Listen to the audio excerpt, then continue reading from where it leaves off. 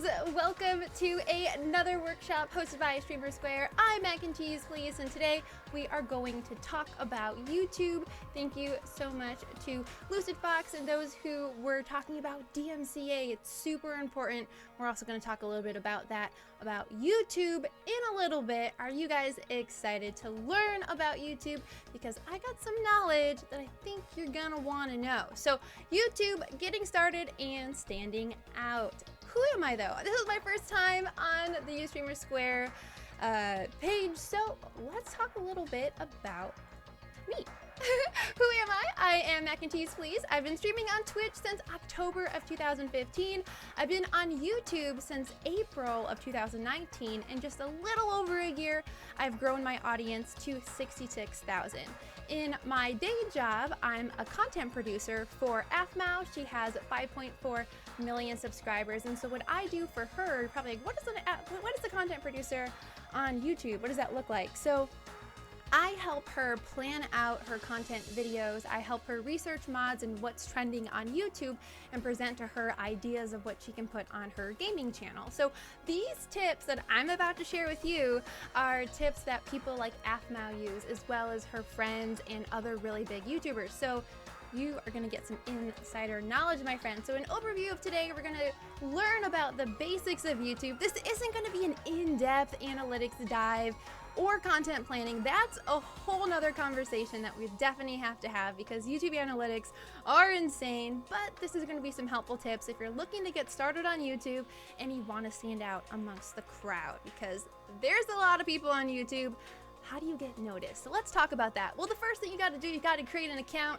Not gonna show you how to create an account on YouTube because it's tied to your Google account. You already have one if you have a Gmail, but something that you definitely want to know about your account is you don't want to use a forward-facing email. And why is that? Because YouTube sees a high rate of people hacking into accounts, and you don't want them to have half of your login. So if they already know your email, then all they have to do is figure out your password, and boom, your account is stolen. And this happens, my friends. This definitely happens, and it's hard to get it back depending on your status within YouTube, right? So how YouTube lays out their help, depending on if you reached YouTube Partner or not, you have to go through the help articles in order to figure out the issues to your problems. Once you reach YouTube Partner, then you can email them and maybe get a reply back. So depending on your status within YouTube,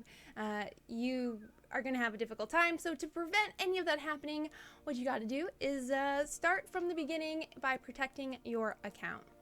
But the first thing we got to do is talk about branding. So you have your YouTube channel, you're not really sure what you want to do with it. So you want it to look cohesive with your other branding. So this is my branding. When it comes to your YouTube header, think about the kind of message you want to convey and how it relates to your Twitch and your Twitter, right? So is the art cohesive? Does it look like the same person is running all the accounts? You definitely want to make sure that between your Twitter, your Twitch, your YouTube channel, all of that branding is cohesive. So what we have right here is my YouTube header, my Twitch header, and it's also my Twitter header and my Discord icon. So when someone's joining, they know it's the same person. This will help brand accounts take you seriously because you don't have all these different art styles everywhere. So you definitely want to make sure your branding is cohesive. When it comes to branding, you also got to think thumbnails as well. So do your thumbnails match your branding? Are the fonts the same? Are the backgrounds colors? Is it for gaming or vlog content? Is all of this content that you're creating, does it match your brand style across the board? So when it comes to YouTube, there are two different ways that people make thumbnails. There's the IRL version, which you see right here. This is me and my IRL thumbnails, and then right here, these are actually AFMAO's thumbnails, who I work for, and you can tell that. So she uses a lot of purples. She has her Minecraft character.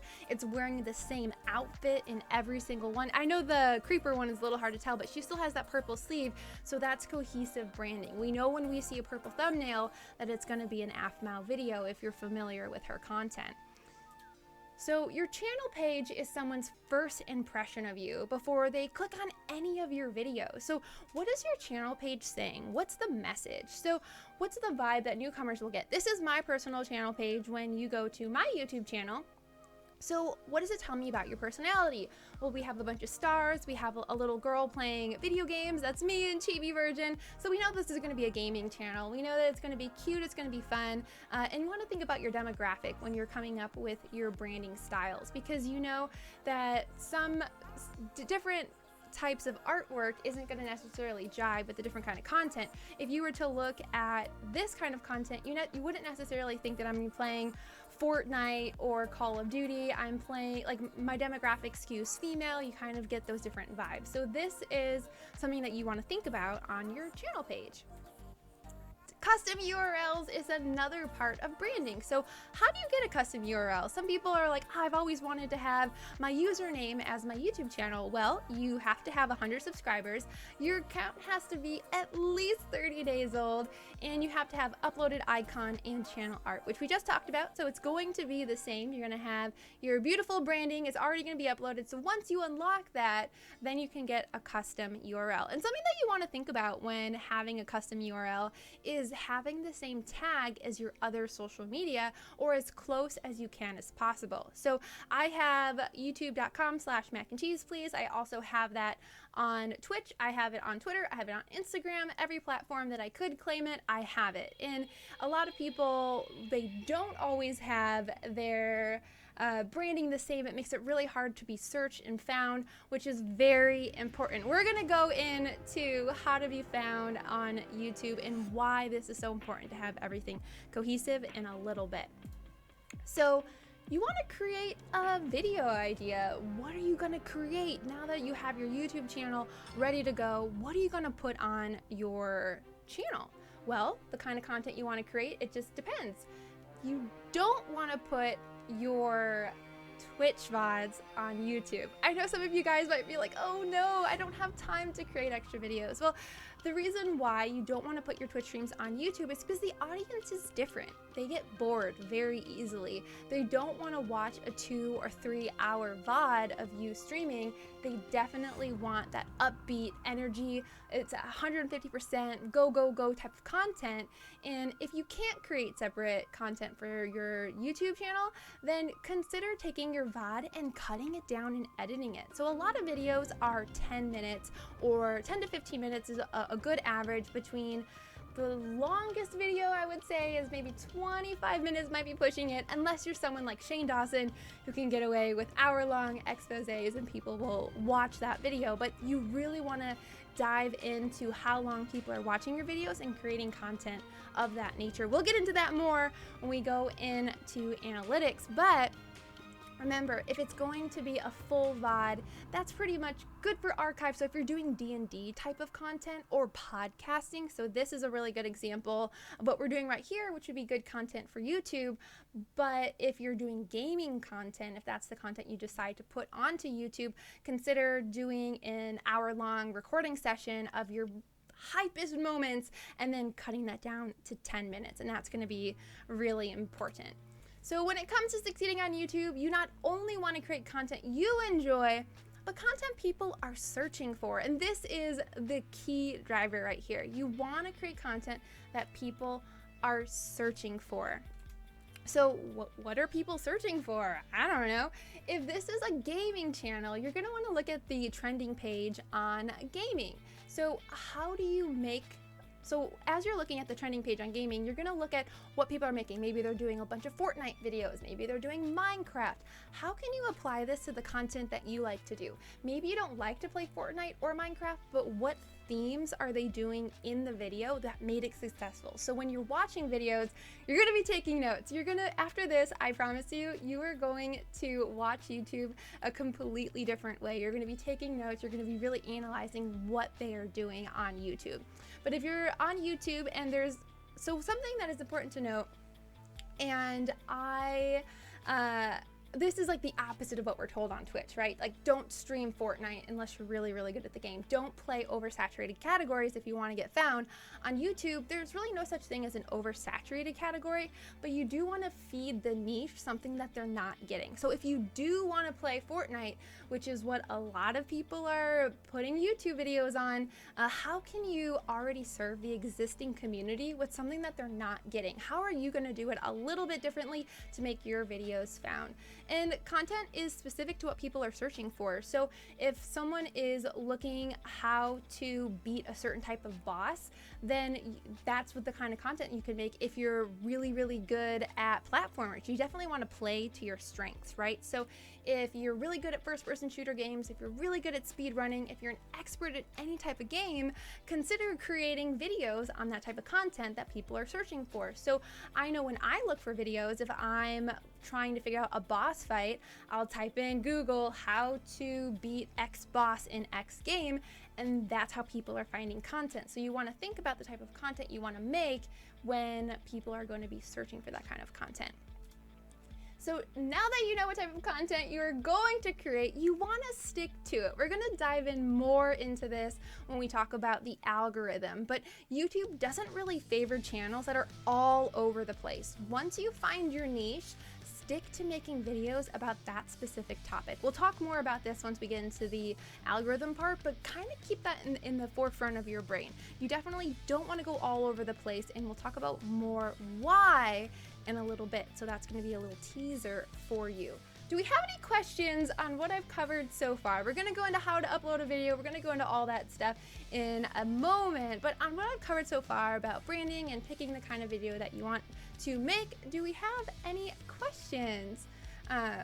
LCTR says, but how are you going to get search ranked against massive channels like Fortnite? We'll go into SEO in a second and what you could do to help get your channels ranked. I promise you, the tips I'm going to show you, you're going to be like, why didn't I think of that? It's so obvious, but you'll find out more in just a second.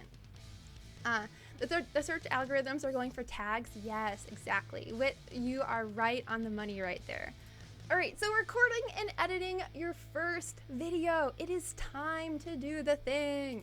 So what goes on YouTube? When you're thinking about the kind of content that you want to put on YouTube, YouTube's audience skews younger, especially the gaming audience. I cannot stress this enough. If you are making gaming content on YouTube, you're going to have a younger crowd. That is important to note because Twitch skews a little bit older, right? So my Twitch audience, I would say, is anywhere between 18 and 35.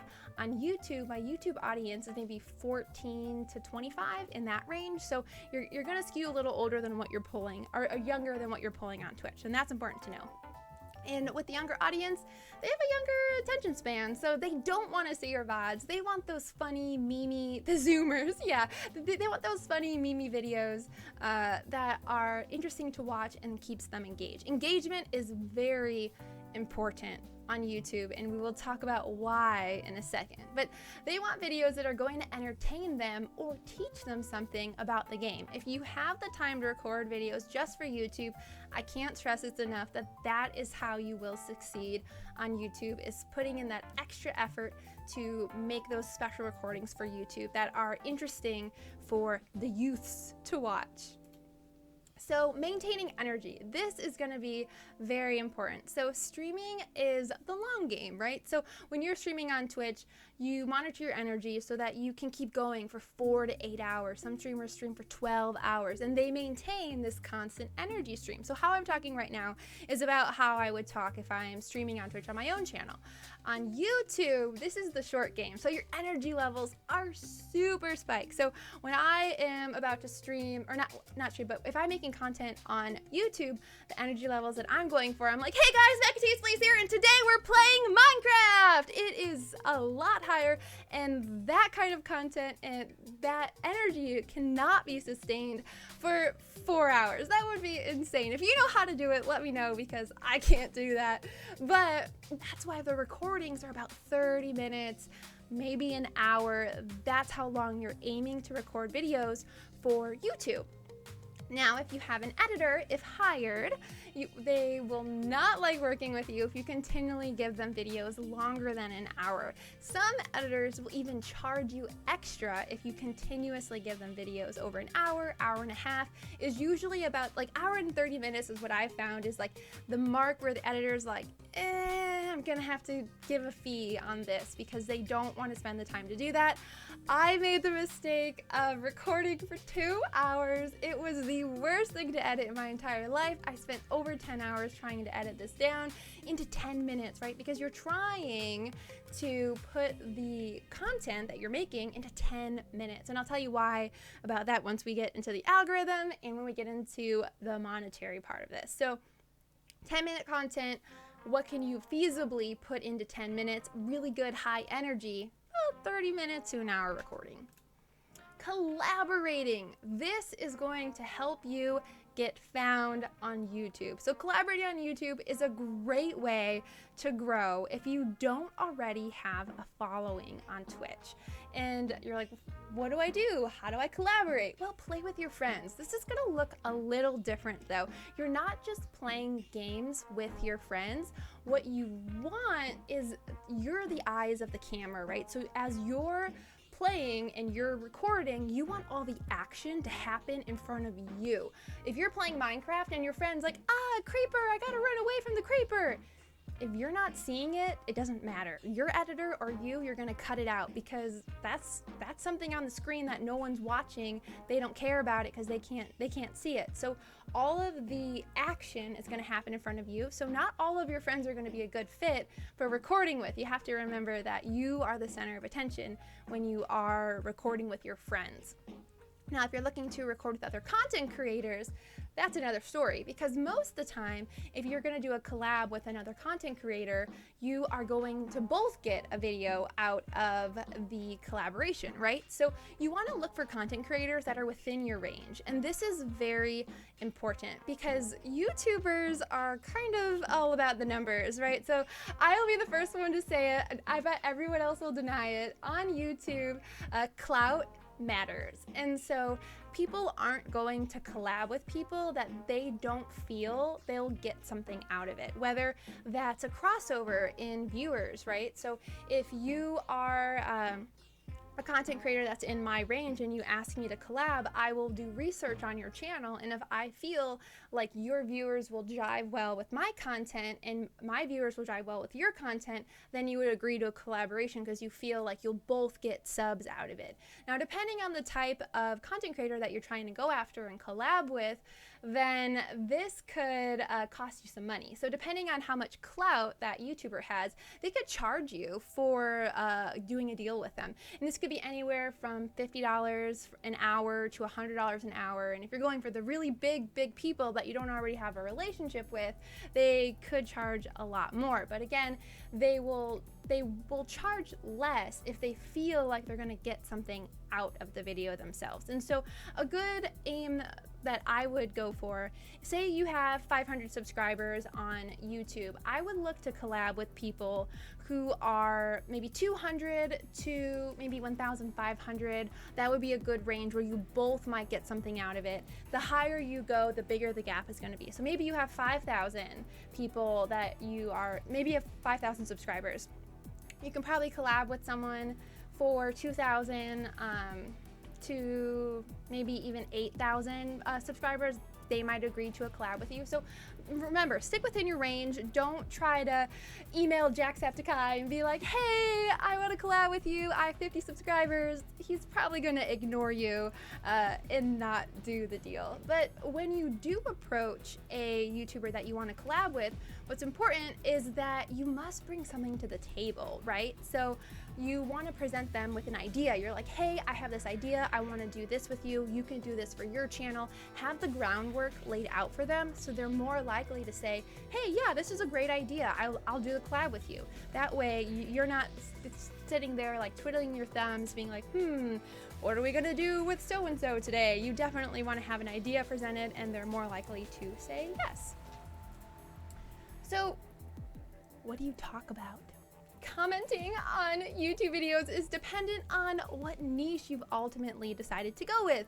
Is it a gameplay video that you're playing with friends? Remember that conversations are going to be pretty fun. You're probably going to poke fun at each other. You're probably going to be laughing about what you guys are doing. It's definitely a comedy game at that point. If you're looking for some good examples of people who do really well with playing with their friends, this isn't a kid-friendly channel, just warning you, but Vanos Gaming and his crew do a phenomenal job at playing cohesively together as friends, and then they all get a recording out of the collaboration that they did. They do a really good job.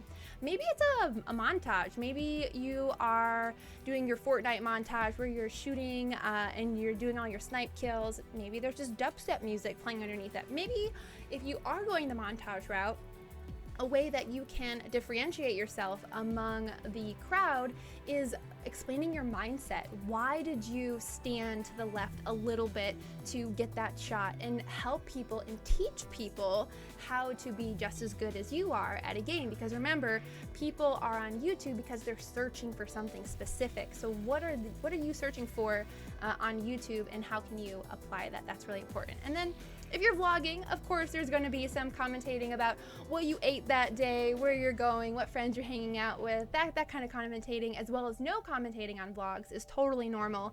And when is commentating not okay? When do you not commentate? There are a ton of gaming videos on YouTube of Mario Maker levels no commentating, because sometimes people just want to watch someone beat a really, really hard level.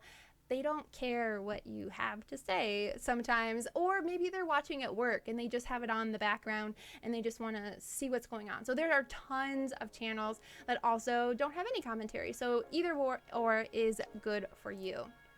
Equipment basics. So what do you need to get started to record your YouTube videos? Well, I personally use OBS. You can use a similar software. There are tons of different softwares that you can use. I personally use OBS. It's free, super easy to set up. A microphone of decent quality. And I say decent quality. Most people will be like, you can get anything to start on YouTube. And the reason why I slightly disagree with this is because when you're on YouTube, it's so easy to just click away and watch a different video. You want to grab them with good quality audio from the start. If I can't hear you and what you're saying in your video, I'm not going to stick around. I'm going to find a different video that suits my needs for what I'm looking for. So that's why you want to have a good microphone. If you're vlogging, then you'll need a vlog camera. And if you are doing any other type of content and you want to choose a webcam, you can, or have another type of camera. We're going to talk about the pros and cons of having a webcam versus another camera in a second. And then some editing software. There's tons of free software as well as paid software. We will talk about this in a second. And then if you want to do console games, of course, you'll need a capture card, just like streaming. All right, so camera or no camera, that is the question, right? So both have been successful on YouTube for gaming. If you have a camera, it's common to see less micro edits because there's something else to draw your attention to. Facial expressions, reactions, those types of things, so you don't have to do as many micro edits. We'll talk about micro edits in a second, but some pros to having a camera: better reactions, audience connection. If I can see you, I'm more apt to want to continue to watch you because I feel connected to you, right? I feel like I know you. I know what you have for breakfast, right? Like that's the kind of connection people are looking for online because we don't always get that. And then of course, less micro edits. If you're editing yourself, it'll be easier, but if you are giving it to a paid editor, they'll add a little less stuff. Cons. The cons of having a camera: more work for your editor, possibly. So they're not doing micro edits, but depending on how you filmed your video, sometimes the video from your gameplay and your camera are two separate video files. So your editor or yourself will have to sync up that audio and your reactions to make sure it works. And then they'll have like tilt edits and zoom ins on your camera. If you have a better quality camera, then the zooms are less grainy and it looks a little better. But that potentially leads to the next con, which is an expensive upfront cost. These are things that could happen if you choose to go the camera route. Now, this is a controversial opinion. Not everybody agrees about this, but this is my personal opinion about choosing a camera or not choosing a camera. When it comes to using a camera on YouTube, choose a camera with higher quality. I say this because a webcam will get you started, sure. If you're not really sure what you want to do with your YouTube channel, you're just kind of trying out, testing the waters, okay, webcam, sure. But if you really want to compete, take your YouTube channel to the next level, then you're going to want to compete with the status quo. And what the status quo is a really nice DSLR or mirrorless camera. That's what a lot of people who are in the gaming side of YouTube or even vlogging, if they're using a camera, it's always a really, really good quality camera. Both have been successful though. So the person I work for, Afmao, she does not use a camera and is just as successful. She has 5.4 million subscribers. There are other YouTubers who also use the camera who are just as successful. There's no right or wrong, but it just depends on how you want to connect with your audience. I personally, I sometimes do it and sometimes I don't do it. It just kind of depends. So, that is just something to note about if you want to use a camera. I'm also of the mindset, this is another controversial opinion. We're going into the controversies today. This is another controversial opinion. I truly believe you should not buy equipment to upgrade later.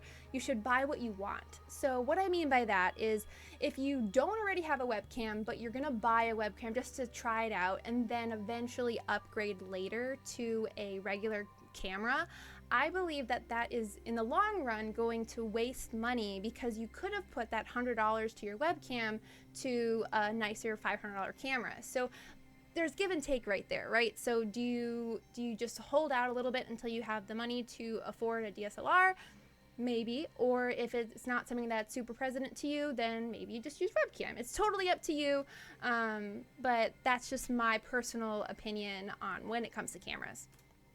Editing software. So of course you need editing software because again, we don't want your VODs on YouTube and we don't want your raw edit of your gameplay with your friends, your 30-minute goofing around with your friends. No one wants to see that. They want to see the fun stuff in your videos. So there's a plethora of different types of software you can use. So there are Adobe Premiere, which is paid. That's what I use. A lot of people use Adobe. There's Final Cut Pro, which is also paid. If you have a Mac, iMovie, it's totally free. You can use that too.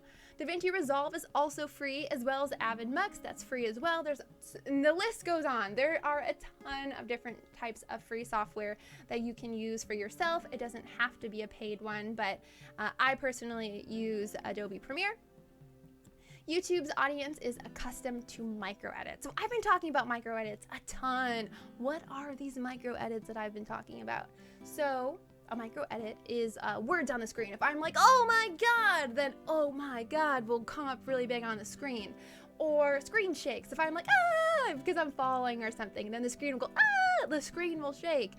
Voice changes, you've seen people say like, or like go really low in their, that's as low as I can go really low in their voice, and they have these voice changers, right? Or some silly filters. I'm sure you've seen this with some bloggers where they make their mouth really big or their eyes really big for some stuff that they're emphasizing that's silly. These are all ways to get your audience's attention, which is important when you're on YouTube because you want to capture their intention and keep it so low. I know my voice is not very low. All right, so music, and more music. So we were just talking about DMCA if you were joining us prior to this workshop, but it's so important to have some music on your videos. And you might be like, why, Mac? Why should I have music? Well, when there is a lull in your commentary, it helps fill in the gaps. It also creates those super hype moments and helps set the mood of your video, right? Where do you get the music from? We were talking about the DMCA. There's a lot of chatter about it on Twitch right now, as well as Twitter. So where do you get the music from? Well, YouTube takes copyright very, very seriously. So all music used must be copyright free or royalty free music. Epidemic Sound is a great resource. I personally use Epidemic Sound. They're a great resource for music, for a paid subscription, YouTube has their own selection of royalty-free music, which you can find as well. So if you don't want to pay for it, you can get it from YouTube, straight from them. Friends are another great option for music. Popski makes music. Harris Heller makes Stream Beats, who makes music as well. And then StreamerSquare has their own resources, which you can find a link to that in the chat. It is so important to make sure that your music is safe to be stream safe music, exactly, because otherwise you'll get a copyright strike, which you don't want on your videos. Uploading your first YouTube video. Well, before we go into this, are there any questions on what I talked about so far? Any questions on what to make with your friends, editing software, anything like that?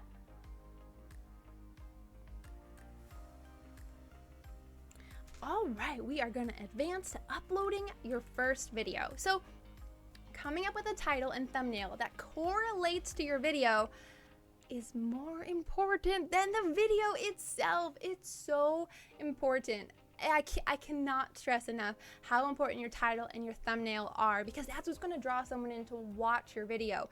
If your title is and your thumbnail is no one's going to see your amazing content. So you guys were asking, how am I going to get my video found? All of this is how your video is going to get found. So title and thumbnail. Some people even envision the thumbnail and title before they record their video in the first place. Oh wait, explain maybe the most important thing when editing. In my opinion, the most important thing when editing is your audio. So making sure your audio is clear, legible, and not legible, readable, listenable, audible, that's the word. Making sure like your audio is good. If you have the music, it's low, it's not overpowering what you're saying. Making sure you're doing those fast hyper edits, making sure that you're adding some fun micro edits in there. Soundable, the things. Yeah, so a lot of editing tricks are some things that you guys should pick up if you guys are into or trying to edit your videos at like a YouTube style, right? So, title and thumbnail. Your thumbnail is the first thing that will draw someone into your video. So, are those colors super bright? Text, if any, is it legible when it's small? If you were looking at just the thumbnail, can you tell what the video is going to be about? So, you want that video, like, clickbait is a thing that upsets a lot of people. So you want to make sure that your thumbnail is delivering on what the video is about. So making sure all these things correlate. While as much as I hate to say this, cliche works. The red arrows, if you're using an image in your thumbnail, a shocked face or an oh my goodness, some sort of a pose or expression, those things get people attracted to your video. If you are doing a face, then using a little white outline. A lot of people make fun of YouTubers because they do this, but it works. This is how you get your thumbnails noticed, because if there's a little white background around you, then you pop out from the background, right? So that's just one more thing that pops out against a loud, noisy background. Good thumbnail. So these are my own thumbnails that I looked through my channel and found thumbnails that had a really high click-through rate, which we will get to in a second. But all of these thumbnails had a 6.6% or 7 or 8% thumbnail or click-through rate or higher, and we'll get to that in a second. But they all have arrows. They have the shocked face. They're bright. They're colorful. These are good thumbnails that YouTube has deemed on my channel. Oh no, I deleted one. Whoops. Okay, these are bad thumbnails. So why are these bad? You're probably like, they don't look too different from these thumbnails. But these are bad because they're loud, they're noisy. The first one right here, we have a bunch of Minecraft mobs. There's a lot going on. We don't really know what the video is about. In the one in the upper right, it's kind of bland, right? There's not a whole lot of color going on. There's just white background. I'm just like, what's happening here? And I feel that way when I'm looking at this thumbnail. What is this thumbnail? And then the Ask Me Anything thumbnail, that's another one that it's just kind of noisy, right? So we have this face, but then the text against the background is kind of loud. You can't really tell what's going on. So that's why these are more successful than these thumbnails. It's so bad it got deleted. Truth. So what it was a picture of Drew and I. It was a Snipperclips thumbnail, and it was loud. The background was very much similar to the Mobs thumbnail. It was just a loud background. You couldn't really tell what was going on, which is important when you have your thumbnail. That's your first impression of your video. Oh, just kidding. There it is. Found it. We found it. I found it. Okay, so that's the that's the thumbnail, right? So yeah, there it is. Yeah, we found it. Yeah, exactly. The contrast is a lot lower. That's a really, really good depiction. So when we go here, it's really bright. It's getting people's attention. And then here, the contrast is lower. It's not as interesting, as people aren't peaked. So all of these thumbnails, for me, rank 2% or lower. And we'll get into what I mean by that in a second. So titles. What on earth do you title your video? This is going to be so important. Remember, when people are on YouTube, they're searching for something, right? They're looking for something specific, so your title should have buzzwords in it. Look at others who have made successful videos on your topic. What did they title it? What buzzwords did they use? How can you create a similar title with similar buzzwords? And how does your title relate to your thumbnail?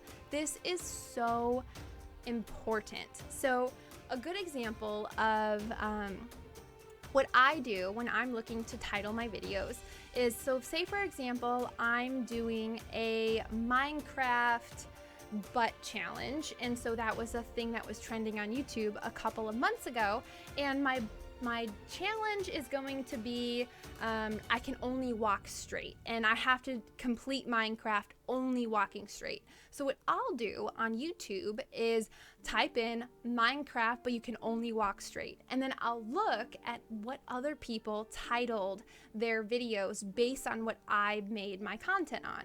And so I'll pick some buzzwords. If everyone's using very similar buzzwords, I want to use those same buzzwords. But why? This will help your video come up in search results because their videos come up in search results. So if they're using different tags and different titles, you don't want to copy, but you want to mimic what they're doing. Mimic is the same as copy, but you're going to make it your own, right? So you want to take their essence and then sprinkle your spice on it to make it your own title for your video that correlates to your thumbnail. Because remember, clickbait is bad. People will not like you if you clickbait them. So don't clickbait them. Make sure that the title and the thumbnail actually happen in your video. That's important. Tags and SEO. So this is also very, very important.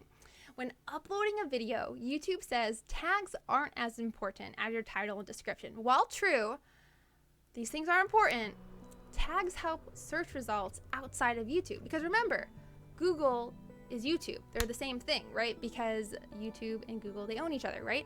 So many people use Google search to find articles and videos of the topics they're interested in. So tag your videos in accordance to how people would search for them. An example, best Minecraft pranks, right? So you want to prank your little sister in Minecraft, you're gonna type in best Minecraft pranks. So you type that in Google, maybe get a couple articles on how to build traps, but your video will also come up in that SEO.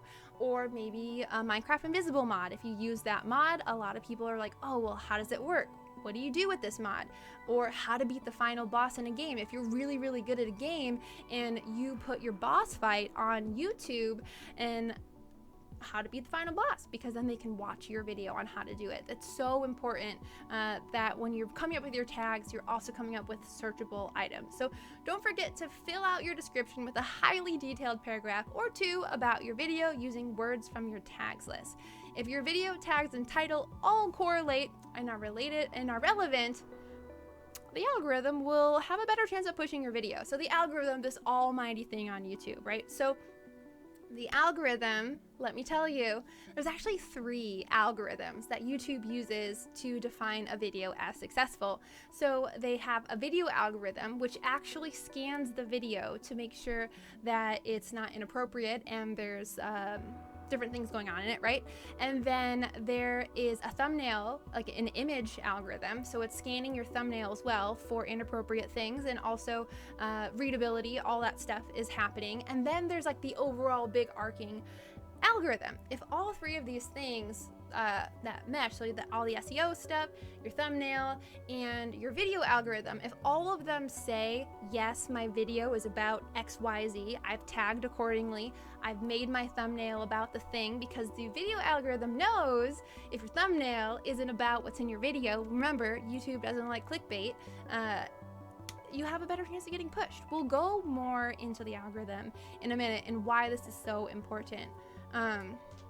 Exactly, yeah, the number of people that don't write a description, it's honestly, the description is the best tool to help get your video found. It is so important to write a description. And YouTube even says in their own help guides, because YouTube has a bunch of help guides, you'll see them in chat as we go, but it's important that you have your description filled out, and I'll tell you why when we get more into the algorithm.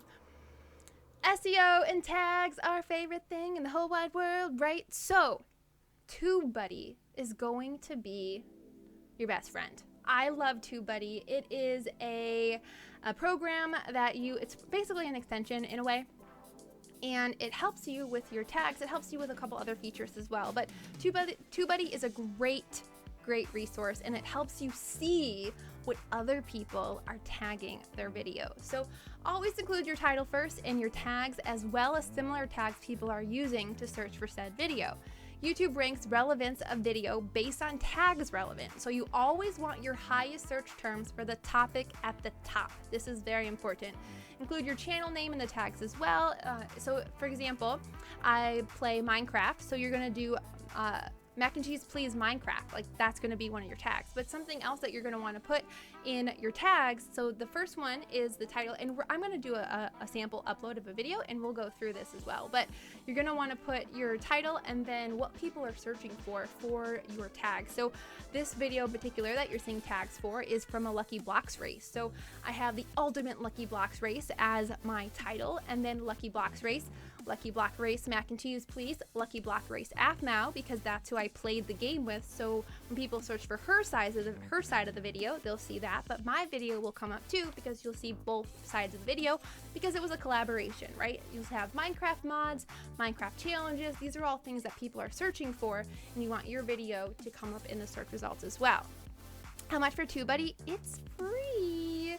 There is a paid version of it that unlocks a couple more SEO stuff, and you can, I believe it's TubeBuddy. There's a couple different programs, but I believe it's TubeBuddy that, depending on the size of your channel, they cut you deals. So, and they actually favor the smaller creator. So if you are a smaller creator, it's a little cheaper for the higher SEO stuff. I personally get away with using the free stuff because they do a really good job at giving you a taste of what you need without doing the full paid version. And we'll go into TubeBuddy in a second. Kappa. This is so important. You guys might remember in January of this year, it was trending on Twitter, YouTube is over party. This is why it was trending on YouTube. Kappa is so important. So what is it and why does it matter? Children's Online Privacy Protection Act is what Kappa is all about. So Kappa is defined by the Federal Trade Commission's, this is their summary. It's a 1998 rule. It's a rule in 1998, so remember, not new.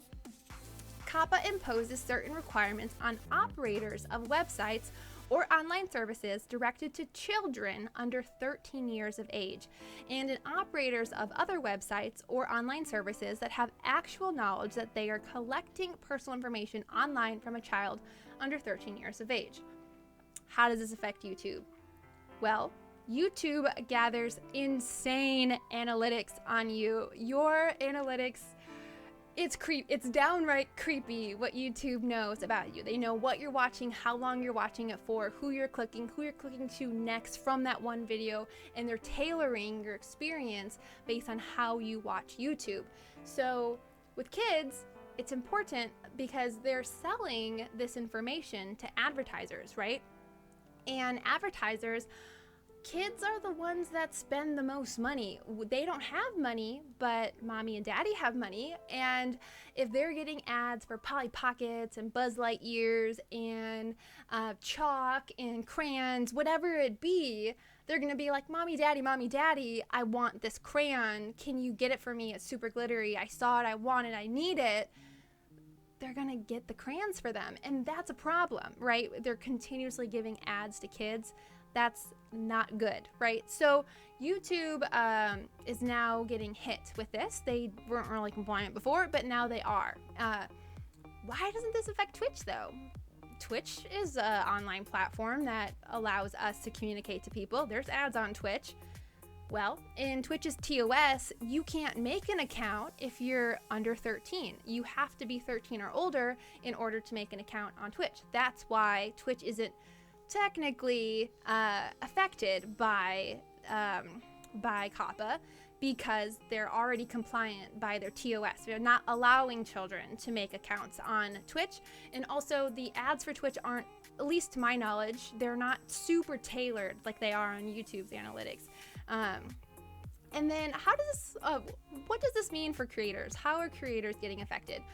Well, now it's on the creator's shoulders, not YouTube's shoulders, it's on the creator to deem if their video is for children or not. So I'm gonna show you in a second how to upload a video and where those settings are. So what do I mean by is your video for children?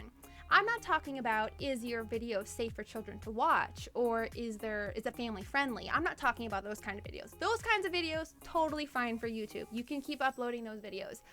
What they're talking about are the ABC Count With Me videos, or the videos that are particularly like they're targeting children. Those are the videos that you do not, if you're making those types of content, then sure, mark your video for children, and the ads on it will be a blanket ad. They're no longer going to see kids ads. They're going to be blanketed Tide commercials, maybe movie commercials, but nothing that's super hyper focused like Buzz Lightyear, you know, because they don't know your demographics, what you're clicking on. What do you need to do to protect yourself? Well, you got to make sure your videos are marked accordingly. I'm going to show you how to do that in a second, because there's some rumors, right, around the rumor mill of how YouTube is going to implement this. There are people and lobbyists that say that they've talked to YouTube, and this is what they're going to do. They're going to issue a strike system, right? So they're going to say, you are violating COPPA, you marked this video not for kids, it actually is for kids, here's a strike.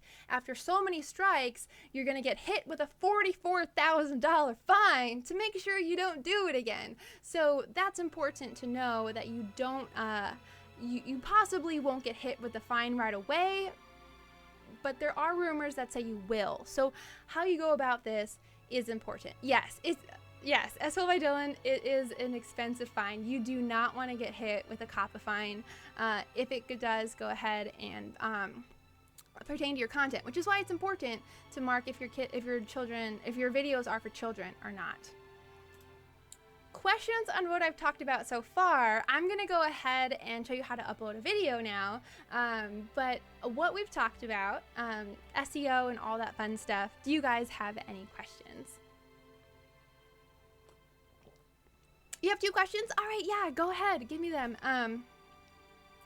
So question for later, how long did it take for you to become a competent video editor, and what program do you use? Yeah, so I use Adobe Premiere Pro. It's a paid program. You can get, if you're a student, you can get a student subscription. I believe it's like $21 a month if you're a student. It might be a little cheaper than that if you're a student. If you're not a student, it's a little bit more expensive, but it is a monthly prescription, and you can get subscription, and you can get the entire Adobe suite for the subscription, or you can subscribe to specific softwares that you would want. It's only a couple of dollars more to subscribe to all of it, so I just say subscribe to all of it if that's something you're interested in doing. And how long it took me to be competent, so I actually have a background in editing. I've edited videos since high school, so I honestly, if I were to say, if you're starting from zero, how to get competent at editing for YouTube, because editing for YouTube is different, right? It's different editing style than if you're editing a podcast, or if you're editing your family vacation, you know, like those are different editing styles. The YouTube editing style, it probably took me, I don't know, like 3 months to kind of get that, and you want to study it, right? So we're gonna go more, I'll tell you more about what you need to do to be confident in your editing in a little bit, so stick around for more on that. And then the second question was, what are the best shorter lengths for videos? Sorry, you didn't quite catch that. Does it depend on the category? Yeah, so 10 minutes is what a lot of people do, and we're about to go into why, but I can go ahead and tell you why right now. At 10 minutes, once you become monetized on YouTube, you actually get more ads. You can place mid-roll ads at 10 minutes. You don't get mid-roll ads if you're under 10 minutes. So people always say, if you are planning to be a YouTuber and you want to get big and you want that Ferrari and that awesome house that other YouTubers show off in their videos, you're gonna want 10-minute videos. But YouTube will tell you, and we'll talk about this more in the algorithm section, make the video as long as it needs to be, right? As long as people are watching it and it's interesting, make the video that long. Don't stretch it to 10 minutes to get to 10 minutes. If the video is good at 6 minutes, make it 6 minutes. Like, there is a YouTuber, I think it's David Dobrik, if I'm not mistaken. I think every single one of his videos is 4 minutes and 20 seconds, or maybe it's 3 minutes, but every video is that length. None of them are longer, and he is successful and probably rich and famous and has a Ferrari, right? So it's like, it just depends, and we'll talk about more about that when we get to the algorithm section. Yeah, that sweet mid-roll revenue, exactly. Any other questions before I show you how to, oh wait, no, we have one. In regards to editing software, would it be wise to invest in paid software like Vega Pro or go for free software first? Well, I think it just depends if you're already an editor, right? So in my opinion, all editing software, it does the same thing. It just depends on where the buttons are, right? So like there's an in, there's an out, there's a cut, there's special effects. Where are those buttons in the program? All the softwares do the same thing. If you're looking for some really robust editing, I haven't personally used Vega Pro or softwares like that, but if you're looking for really robust editing, I recommend the Adobe suite, because all of their projects are linked. So when you are in Adobe Premiere Pro and you want to do something in After Effects, it's a click of a button, and your part that you selected to go into Adobe After Effects then gets pushed into After Effects, and then you can do your thing in After Effects, and it's already updating it in your Adobe Premiere. Same thing if you're cleaning up your audio with Adobe Audition, right? So I select the audition that I want to clean up my audio with, and it opens it in Adobe Audition, but then I make my changes, hit save, and then it automatically saves it into Adobe Premiere. So it's like everything is connected, and you don't have to worry about importing any extra files because it does it for you. So if you're an advanced editor, I personally really like the Adobe suite, but if you are kind of new, you aren't really sure like where your editing falls, maybe you don't want to do all that extra stuff, then a free program will suffice just as well. But yeah, so let's get into uploading a video. So I've already went ahead and filled out this content because it takes me about 25 minutes to upload a video. I don't want to go over time because I've practiced this a couple of times and I have a lot of information to share. So let's go over the details, right? So I've titled this video, "The Most Extreme Level in Human Fall Flat." You might be wondering, why is this capitalized? So there's a YouTuber that I really enjoy her content. It's called The Content Bug. She might have rebranded to her actual first and last name, but I don't remember what that is. But she's really good at SEO. So if you look up Content Bug on YouTube, then her videos will come up. She actually recommended that she found in her own research that her videos get promoted more when she puts capitals in her title, because YouTube sees that as urgency. It's important. So that's why I do it too, because her videos told me to do it and I'm a sheep. So in our description, we have, I put GSM Crow and I are at it again with more human fall flat. So I'm stating again, human fall flat. This is what we're playing. Except this time, it's the most extreme level. I talk about the most extreme level in my title. I also put it in my description. That way, the algorithm knows the description and the title match. That's important. And then we are challenged with intense parkour as we traverse through this difficult human fall flat level. Difficult human fall flat level is one of my tags that I chose to put. So I'm using words from my tag and putting them into my description and in my title. This is going to be very, very important to get your channel and videos found. And then I also put, I have to say this level was a lot of fun. We had a ton of funny moments, because funny moments is another word. I put it in my tags. Dare I say this is my favorite level. So this is me using words from my tags into my description in a way that sounds genuine, right? So I'm trying to figure out a genuine way that's not like all these weird tags in putting them into the description. I put the level name because the level name is also in my tags. This level is called What Did It Cost? Everything. I have a link to the to where they can find the level that I played, as well as my P.O. box. So if someone wants to send me some fan mail, they can do so. I have MacNcheesePlz Gaming because that's another one of my tags, so that comes up as well. Here are some playlists as well. I put my links to my social media as well as who I played with, so if you are collabing with someone, it's good practice to put their video or to put their stuff in your description as well. And if you're collabing with another YouTuber, then you want to put a link to the video that you collabed on in your description so they can go click on it as well. So you'll see a lot of people do a call to action, which is like, hey, I just did a video with so-and-so, check out their video, it's in the description. Like, you'll see that all the time, and that's just, it's just good practice to do if you're gonna collab with somebody. I always tip my editor. So my editor is Lenny, and so I put his Twitter down below. So if someone likes his editing style, they can contact him for more work. I have unlocked becoming a YouTube member. So if you want to subscribe or become a member to my YouTube channel, it's very much like Twitch subs. So subs is equivalent to members, whereas subscribers is equivalent to followers on Twitch. And then these hashtags. So if you've ever wondered how to get those hashtags in the bottom hand, like the bottom left hand of the YouTube player, you'll see some hashtags there. You actually just put it in the description and the hashtags show up easy peasy. So I have my thumbnail. Now these here are thumbnails that YouTube thought were acceptable for my video.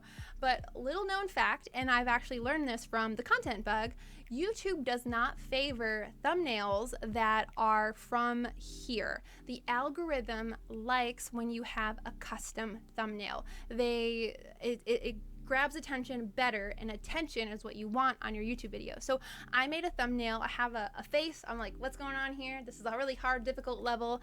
I have that white outline, so I pop out against the orange background, and then it's my branding style to put the name logo of the game. So I put Human Fall Flat as my game. If you have playlists enabled on your channel, I have a bunch of playlists I made here. So I put it on the Human Fall Flat playlist, and I put it on the gaming playthrough playlist as well, because I also used to do vlog content. So that way all the gaming stuff would be in one spot, and then the vlog content would be in another spot. You don't have to do this. I do this because it actually generates more watch time if people are going to continue watching your videos. Audience. This is that COPPA stuff that I was telling you guys about. So yes, is this made for kids? Yes or no? I put no, because while this video is kid friendly, it is not made for children. I don't swear, it's family friendly, but I'm not making this video for 10-year-olds to learn their ABCs. This is just a video with no swears on it. It's a gaming content video, not made for kids. Checked off that COPPA box. You can go into it a little bit deeper. Is this video for people who are 18 or older? I put no, anybody can enjoy this content. There is an older section on YouTube for people that want to 18+ content. Is there paid promotion? That's where you'll click this. Here are my tags. So these are the tags that I did. So the most extreme level in human fall flat, that is my first tag. Remember, because the tag relevancy is important on YouTube. Human fall flat, mac and cheese please is the second one. That way, if you are searching for human fall flat or mac and cheese please, that will have a potential coming up. I put mac and cheese please human fall flat with AFMAO. While AFMAO is not in this video, my highest viewed video to date is a human fall flat video with AFMAO. So that video I think has like 240,000 views or something like that. I put that tag in there so that people that pull up that video, this video also has a chance to feed into the algorithm, and this video will come up too. So if they've already watched that video, maybe they'll watch this video. Just a chance. Your search results are very important, right? So where does TubeBuddy come in? Where I was talking about TubeBuddy earlier, where does this come in? So if I hit X right here and I start typing mac and cheese, TubeBuddy comes up with ideas of what I could be trying to type. So mac and cheese recipe, mac and cheese mukbang. Those are different things that it thinks I could be typing. So TubeBuddy does a really good job at coming up with tags for you if you aren't sure what to tag your video. So I'll go back and do mac and cheese human fall flat, and then you follow it by a comma to make it its own thing. All right, so next you'll choose the language that it's in and the closed caption certification. You'll choose English if it's an English video, and then your closed caption, this is for TV stations. So if you are, say, ABC or NBC, any of those channels that puts their shows or clips of their shows on YouTube, this is where you will mark that it has aired on TV, or like this is more so for them, not so much for you, unless you want to put that. You can. You can choose your recording date and location. I personally don't do this. I tested something out by putting Washington on there. I live in Washington State, to see if I got a higher engagement. I didn't see a higher engagement, and I wasn't sure if it would end up hurting me by only giving it to people in Washington State. So I decided to go against this, but there's probably research on there online of if this helps or helps you or is against you. I didn't see any benefit from it, so I don't do it. Standard YouTube license, what is this and what does it mean? So you can choose standard YouTube license or Creative Commons attribution.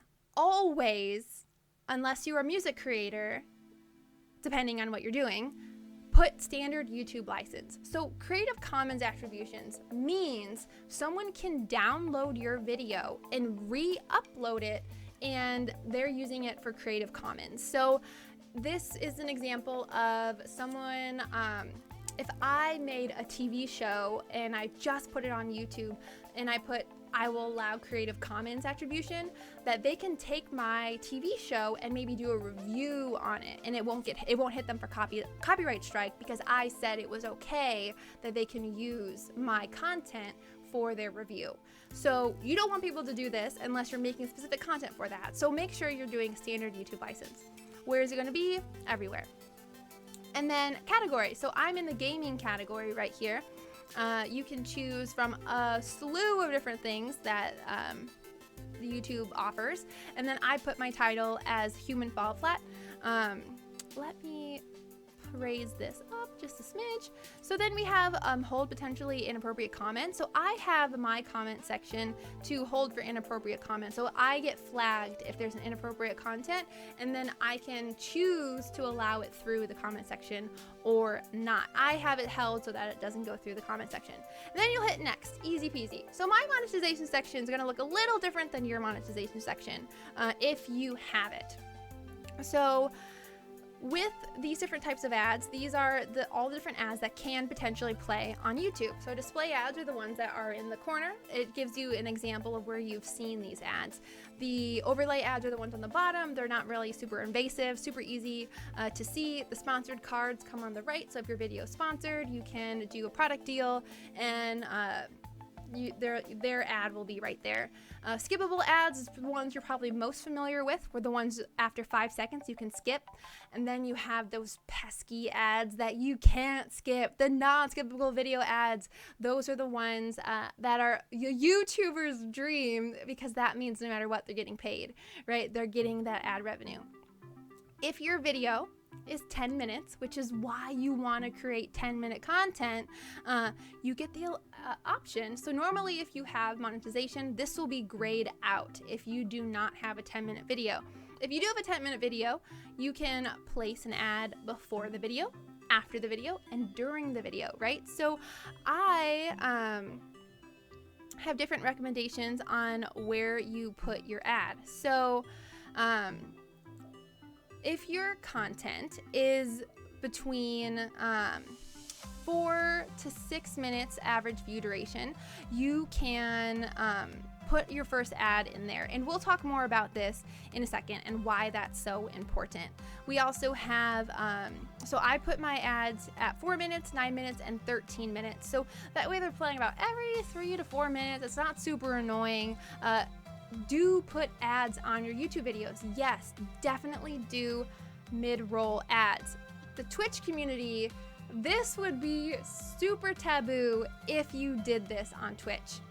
Don't worry about it. The YouTube community is accustomed to seeing ads. This is okay to do. You can put ads and mid-roll ads on your YouTube videos because they expect it. So we'll hit continue. Our discard changes. I didn't make any changes. And then we'll hit next. So this is where my upload will look a little different than your upload. So I think I started seeing this around once I hit like 50,000 subscribers. This became new to me. So YouTube is trusting me to tell them the ad suitability that I have marked for my ads. I can tell YouTube if there's inappropriate language, if it's adult content, violence, all of these things. I can tell, yes, this is in my video. And then if it's not in the video, you can just do it, nah, it's not in there at the bottom right here. And then it will tell you these are the type of ads that you're eligible for. So I'm eligible for regular ads, premium ads, which is what a YouTuber wants, and then other YouTube revenue like merchandise. I can also put that on my video as well because I don't have any of this content. Video elements. Yes, do this. You want to do this. So this is in a way like a call to action. So I will hit add and then import from video. So what this does is it will import my last settings from my previous video.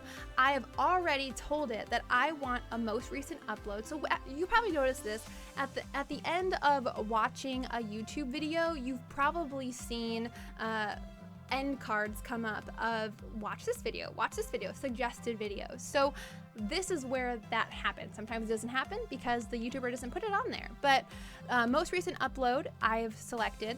I've also selected the video best for the viewer. So this is where the algorithm comes into play, because the algorithm is going to say, okay, this person likes watching X type of content, your video matches that content, we'll put this video in there too. So I've chosen that, and then subscribe is another call to action that you'll see, and then you'll hit save. Easy peasy. You can also add cards. Cards are the things that fly in. And so what you'll do is just pick a point. If you're talking about something very specific that you've referenced in past videos, this is perfect. If you're doing a gaming video and you're not referencing anything, you can just throw it in anywhere, or you can skip it all together. It doesn't really matter. I'll just do from video or playlist, my last human fall flat video. I'll add a card in there. Sure, they can watch it if they want to. And then we are good to go. So return to YouTube Studio will get us back to our upload page, and then we're finally ready to upload. So these are the different options that you have. I can do unlisted. I can save it as a private video if I just want to send it to my family, or members only. So if you joined my YouTube as a YouTube member, I can give you specific video content as a perk for subscribing to me, or I can make it public and it'll go live right now. I can also schedule it. So if I already have my video edited, ready to go, I can schedule this for later. I can pick a date that I want it to go live on, and then I can pick a time and it will just go. So what we're gonna do right now is we're gonna publish it live immediately. So I'm already done. I'm gonna hit publish down at the bottom, and YouTube's thinking about their life choices, and then boom, it is published. And that is as easy as that on how to upload a video. Do you think there is a best or ideal time of day to schedule and upload a video? So this is really important because you want to schedule your video. A lot of YouTubers will tell you around noon to upload your video. Look at your peers. So who are your peers in the YouTube space? What are you, who are the people that you're kind of emulating or becoming friends with? Like if you have a YouTube circle, just like you have a Twitch circle, right? Who's your YouTube circle and when are they uploading? So some people will post right as their friends post. Some people will post 15 minutes later. So if I post at 2 p.m. normally, but I delayed it so we could do this. But if you are posting, what is the person that you're posting with? If you're doing a collaboration, when are they posting? You want to make sure you're doing that kind of research because, an example, someone I know, I'm not going to name any names, but someone I know found that someone that was slightly bigger than them always posted at noon, and they found a better influx of people watching their videos when they posted at 12:30 instead of noon, because they were posting at noon every day and then decided to try 12:30 so that the people could watch that bigger YouTuber's video and then they saw an influx of videos. So how to answer that question, I would say is definitely check your peers and when they're uploading, and then try to schedule within that range. I upload around 2. It also depends on your demographic. Who's your demographic? What state do they live in? And YouTube gives you these analytics, which is really creepy, but like what country are they in? So knowing what time your demographic is watching your videos is important, and what time you'll post your videos. So your analytics will help you out there.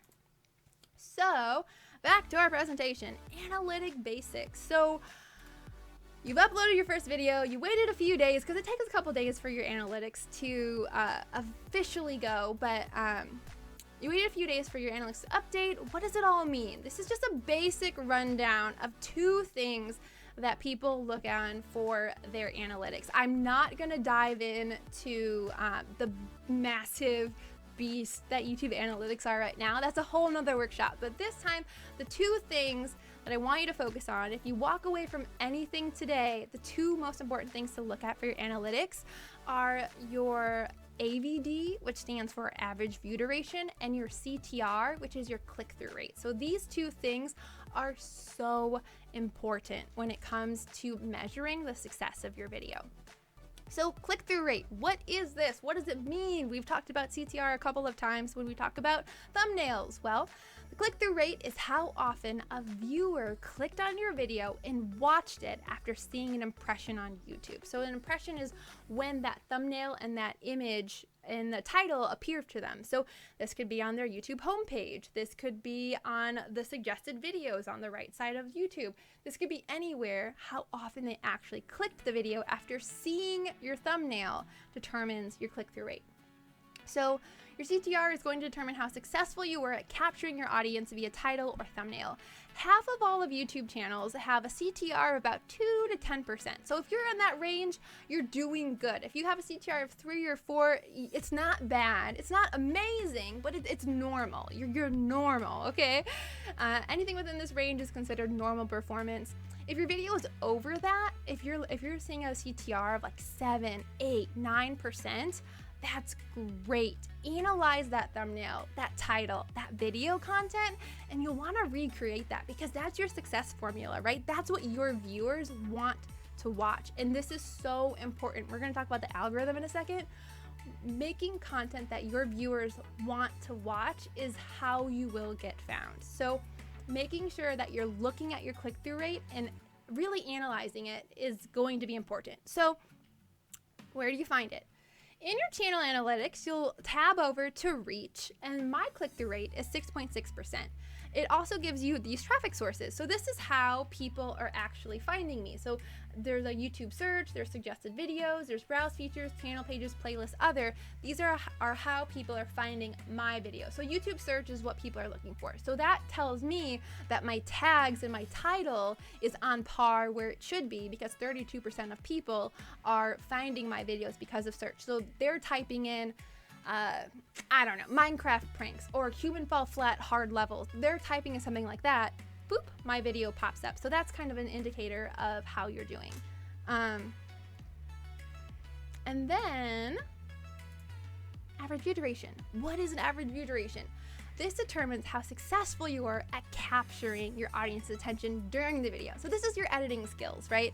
This number varies from content to content. Anything over 5 minutes is generally considered good depending on the length of the video. If the video is 20 minutes and your view duration is 5 minutes, that's not too good. But if your video is 10 minutes and your view duration is 5 minutes, that's fantastic. That means people are staying for half of your video. So this particular video has audience retention of 5 minutes and 37 seconds. So 37% of people watched the entire thing, right? So they're averaging everything together. The number you can see a graph on your channel and get a glimpse at what minute marker your audience started getting bored, which is very important. Watch your content. A lot of people tell you how to succeed on Twitch, watch your own VODs and take notes. You're going to do that on YouTube as well. So you're going to watch your own content, take notes. When do you get bored? What could you have changed in your performance to make it better? You always want to make sure you're watching your videos critically. And this is an example of where people started watching my video and then it slowly tanks. So I would say most people watch a good chunk of it and then it kind of just like levels off. Where are people leveling off at? This player allows you to click in where that level is and then listen, am I bored too? Okay, yeah, I would click away. I don't blame you for clicking away. What can I have done better to make it so people will watch my video longer? This is really important. Next steps. All right, so you've uploaded your video, now what? This is the time you wanna watch your peers creating similar content to you on YouTube. What editing style are they using? How are they setting themselves apart from the rest? So we talked about before how to get noticed. This is also how you get noticed. You want to be a consumer of YouTube. You want to watch your peers. So people that are making videos just like you, people in your range, people above your range. What are they doing? How are they setting themselves apart? Take those notes and apply them to your own videos. Think of ways you can continue using successful ideas on YouTube. Analyze successful thumbnails and titles from your peers. So if your peers have a thumbnail and their view count is way over their average, watch that video because they did something right, okay? And then emulate that. So if their character is doing something particular in the thumbnail that's successful for that type of genre, emulate that to your style and put your own essence on there, right, that we talked about.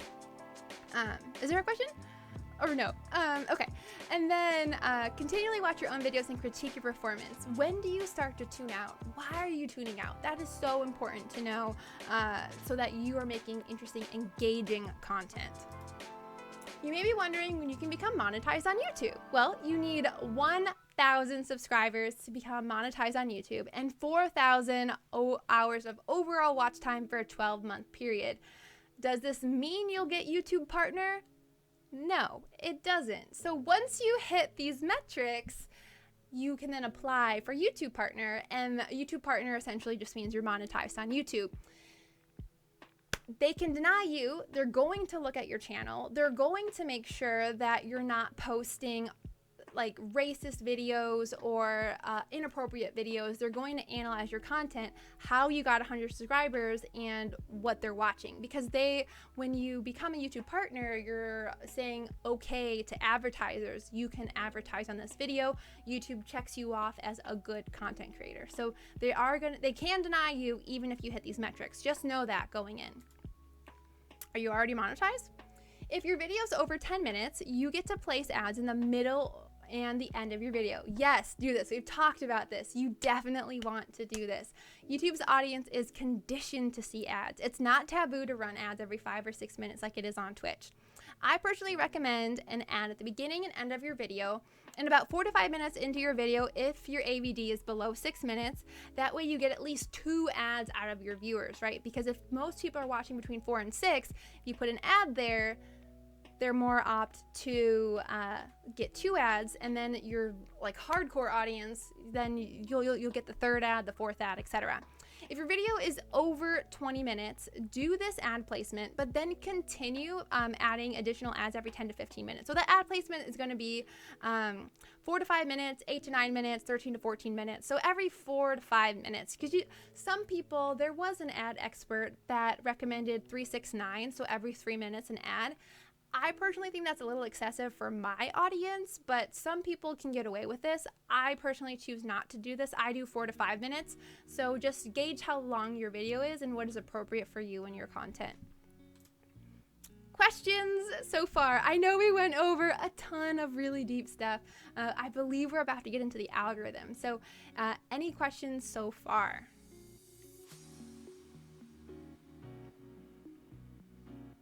Cool. No questions. Let me get one more sip of tea.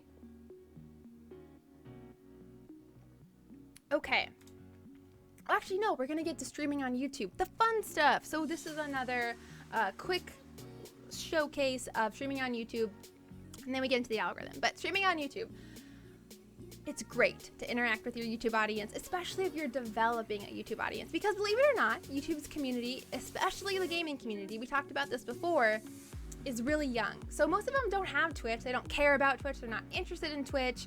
Streaming on YouTube is really good to engage with that existing audience. I would say if you have, I don't know, 2,000 plus subscribers, maybe 5,000 subscribers, it might not be a bad idea to try out a stream or 2 on YouTube. Just see what happens. Let your subscribers know you have a Twitch, because then they'll be, I can't tell you how many times people are like, I wish you live streamed. And I'm like, I do on Twitch. So they don't always know. I have a call to action in my videos. Hey, go watch me on Twitch. But they don't always see it, right? So letting people know that you do have a Twitch channel, you'll see these 2 things intertwined, and that's really good. That's what you want. So getting started, I will do a run through of this, but I'll just show you right here really quickly.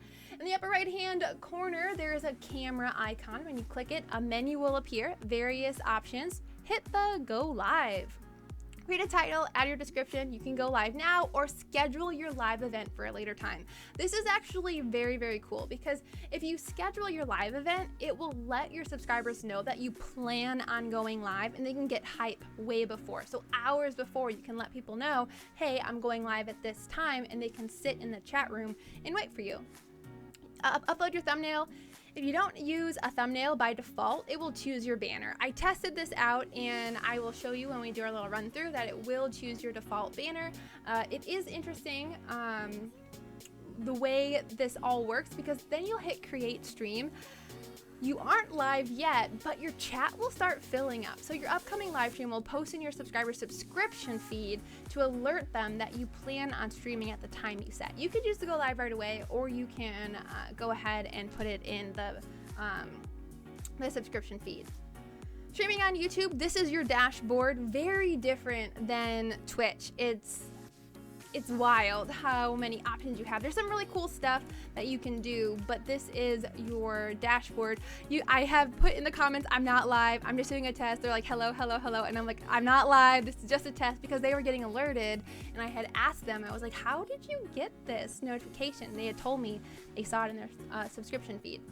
After you're done streaming on YouTube, you'll have Google's full spectrum of analytics. So you'll be able to go back and edit your description and game choice, as well as add tags like you would with a normal video upload. So this is really important because then your stream that you just did can go ahead and get found. So let me go ahead and show you how you live stream on YouTube. So let me make this a little bigger so you guys can see it. So this is our new stream. We have, I can create a title. So we'll just do test, public. I can add a description, and then what category I want, what's the game that it's going to be in, and then I can also schedule for later, so it can be for another time, and then I can enable monetization. If we schedule for later, I can tell them what time I plan on scheduling it and what day, so they can come back. And then again, with the CAPA that we talked about, is this made for kids? It is so important that you mark this accurately, because if you don't, you will get hit with a fine. And then right here, there's a create stream. Boop. And so YouTube is generating what it thinks my screen is going to look like. So let me go ahead and adjust this so you guys can see it a little bit better.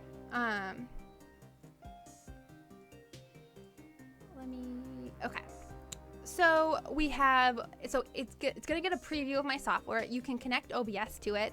You can have an auto-generated stream key. This is actually really interesting because you can choose it to auto-generate a new stream key every single time you go live, or you can keep it to the same stream key. So if you want to change it every single time for safety reasons, go ahead, you can totally do that.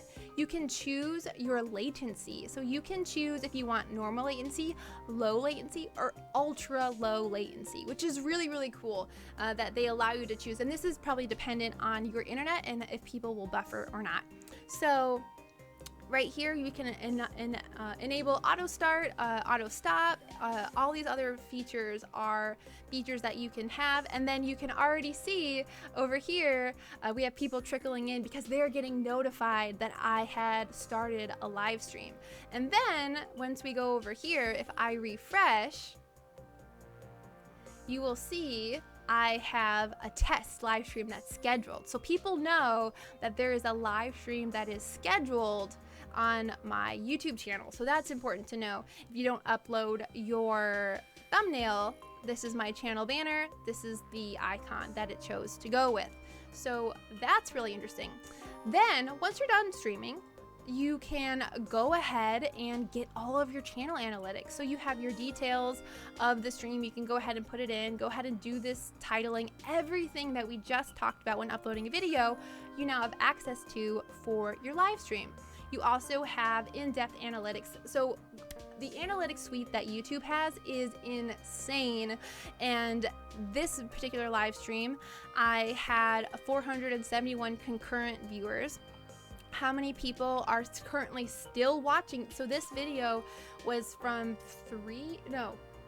it's June. This video was from January, I believe, or December. That was my last live stream, and people are still clicking on it. So I had 2 views. So you get real-time activity of your views and how people are getting access to this channel page of suggested videos. So this is how people are finding my stream, right? And so how many subscribers I gained, how much revenue I gained, how long people watched the video for. This was a 2-hour live stream, I believe, and so you're getting all those in-depth analytics for your live stream, which is really cool that not only do you get it for your uploaded videos, but you also get it for your live stream, because Twitch's analytics for streaming aren't the greatest, but YouTube gives you your full spectrum of analytics as well. So when do you create a second channel?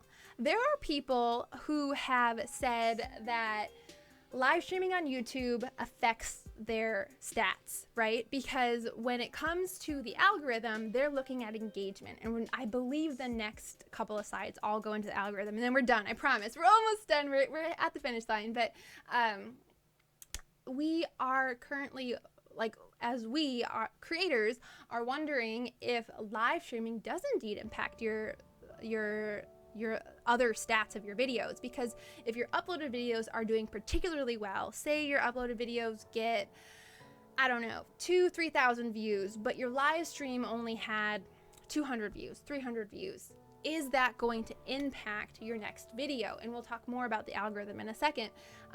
YouTube has said, no, it doesn't.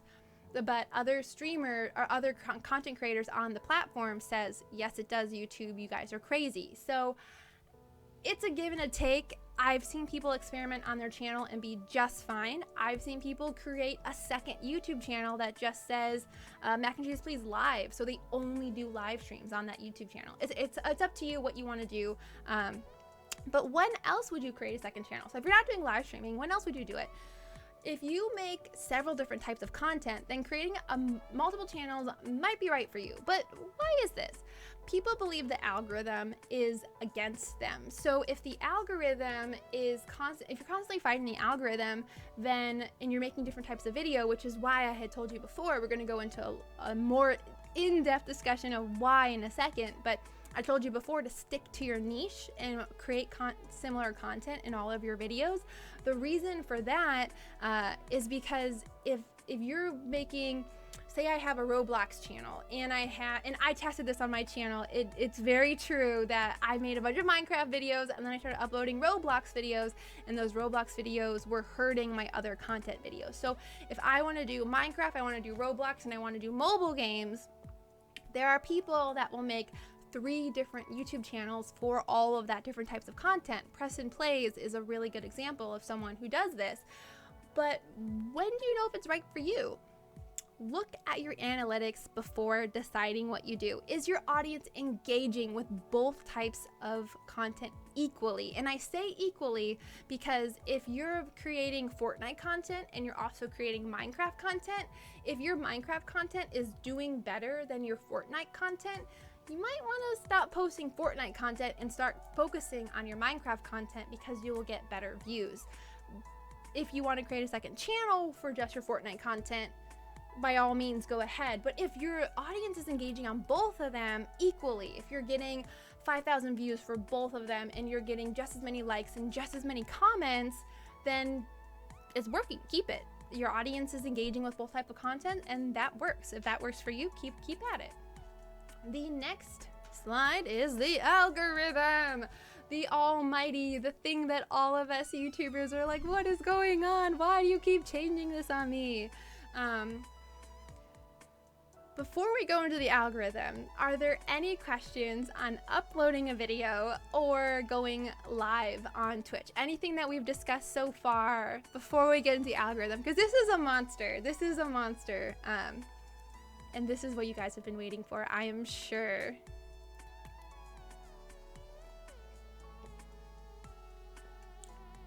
Yeah, exactly, LCTR, exactly. Change your YouTube content at small degrees, gauge what's working, and we'll go into why in just a second.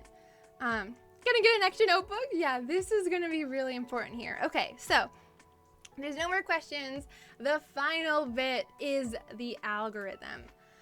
The algorithm follows the audience. YouTube tries to match each viewer to the videos they are most likely to watch and enjoy. This is directly from YouTube's website. So you'll see a link pop up into the chat. This is directly from YouTube's website. They have a ton of helpful creator, guidelines. What's the word?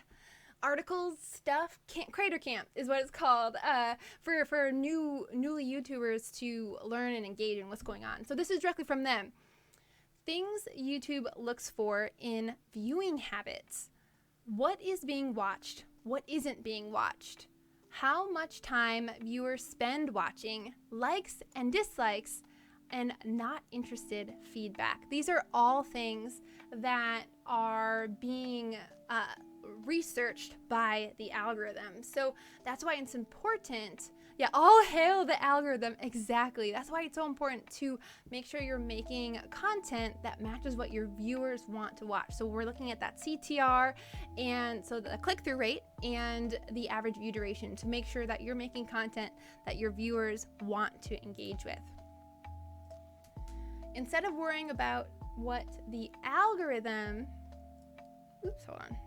Instead of worrying about what the algorithm likes, it's better to focus on what your audience likes.